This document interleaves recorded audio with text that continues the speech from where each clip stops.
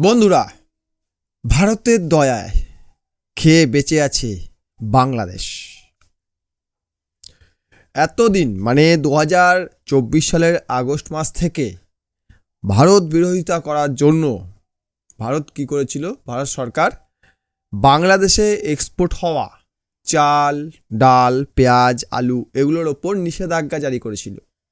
বলছিল এগুলো আমরা পাঠাবো না, আমরা দেব না। যার ফলস্বরূপ আমরা কি দেখলাম, বাংলাদেশ বলতে লাগলো আমরা ভারত ছাড়া অন্য দেশ থেকে জিনিস কিনবো, আমরা ভারত থেকে জিনিস নেব না। খুব ভালো কথা, কিন্তু বাংলাদেশের অকাত আমরা জানি, কাংলুদের অকাত তো আমরা জানি, তাদের পকেট কতটা গরম সেটাও আমরা জানি। তারা সিঙ্গাপুর থেকে, দুবাই থেকে ভারতীয় চাল ঘুরপথে ক্রয় করতে লাগলো। কিছু পরিমাণ ক্রয় করলেও পয়সা দেওয়ার মতো ক্ষমতা নেই, তাই তারাও লাথি মারলো, ভাই হবে না, টাকা দিতে পারছো না তোমরা, ভাগো এখান থেকে। তখন তারা বাধ্য হয়ে, বা ঠেলার নাম বাবাজি যাকে বলে, সেই ঠেলায় পড়ে ভারতের হাতে পায়ে ধরে বলল, দেখো আমরা ভুল করে ফেলেছি, ক্ষমা করো, কিছু পরিমাণ খাদ্যদ্রব্য আমাদেরকে দাও, তাহলে আমরা না খেয়েই মরে যাব, তোমাকে আর বন্দুক দিয়ে মারতে হবে না। এই কথা শুনে ভারত সরকারের দয়ার মন, সে কি করলো, আচ্ছা নে বলে চাল পাঠাতে লাগলো, ডাল, আলু, পেঁয়াজ পাঠানো শুরু করে দিয়েছে। হিলি স্থলবন্দর থেকে এগুলো যাচ্ছে, স্থলপথেই যাচ্ছে, কেননা নৌপথে বা সমুদ্রপথে গেলে যে খরচ পড়বে সেই খরচ দেওয়ার মতো অকাত কাংলুদের নেই, তাই স্থলপথে পাঠানো হচ্ছে।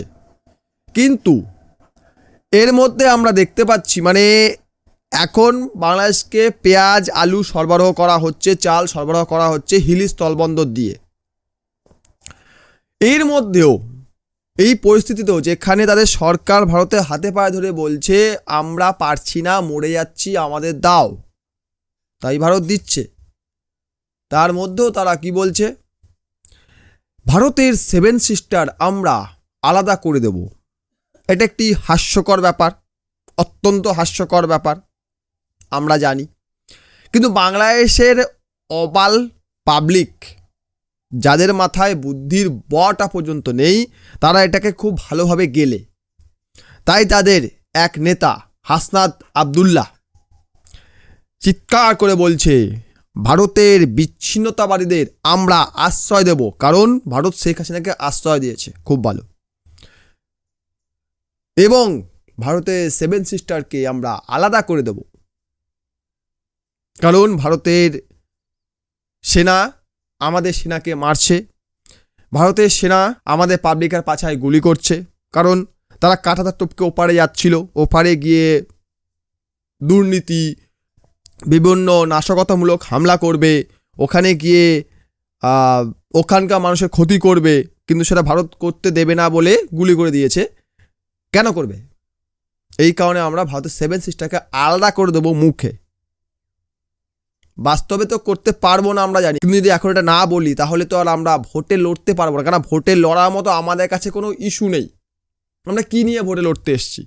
কি বলবো জনগণকে যে আমরা তোমাদের এই রাস্তাঘাট ঠিক করে দেবো, আমরা এখানে 10টা কারখানা বানিয়ে দেবো, আমরা তোমাদেরকে কাজ দেবো, আমরা তোমাদেরকে ভালো মন্দ খেতে দেবো?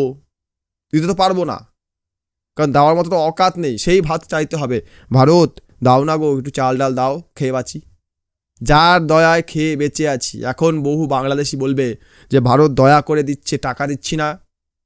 যা না, যা দোকানে গিয়ে ওখানে ঘোর, জিনিস না থাকলে তোর বাবা তোকে খেতে দেবে, জিনিস দেবে। আমার জিনিস আমি তোকে বেচবো না, তুই কেনটা কত টাকা দিবি? তুই জিনিসটা আমার, দামটাও আমার, নিবে নিয়ে, নলে ফোট। কাস্টমার কখনো দাম ডিসাইড করে না, দাম ডিসাইড ব্যবসায়ী করে। কাজেই তোর কাছে যতই টাকা থাক না কেন, জিনিস না পেলে ওই টাকার কোনো ভ্যালু নেই। ওটা কাগজের জিনিস, ওর কোনো ভ্যালু নেই যতই টাকা থাক। 1 কেজি সোনা দিয়ে হয়তো 2টো গাড়ি কেনা যায় বা একটা বাড়ি বানানো যায় বর্তমান যা মূল্য, কিন্তু 1 কেজি সোনার থেকেও 1 কেজি আলুর ভ্যালু বেশি, কারণ আলুটা পেটে গিয়ে শরীরটাকে বাঁচাবে, সোনা কিন্তু পেটে গিয়ে শরীর বাঁচাবে না। বাড়ি গাড়ি থাকলেই হবে না, খাবারটা আগে চাই। সে খাবারটা তো নেই, মুখে বড় বাতেলা আছে, যার খাবি যার পড়বি তাকে আবার গালাগাল দিবি। শালা মির্জাফরের জাত, বেঈমান জাত শালা বাংলাদেশ, নচ্ছার দেশ শালা।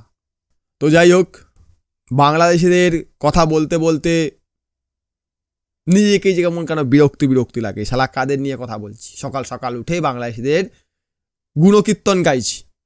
ভিডিও লাইক করুন, কমেন্ট করুন, শেয়ার করুন, চ্যানেলটি সাবস্ক্রাইব করুন। ভিডিও দেখার জন্য অসংখ্য ধন্যবাদ। ভিডিও আমি রেগুলার দেওয়ার চেষ্টা করছি, তো প্লিজ সাবস্ক্রাইব করুন। Thank you.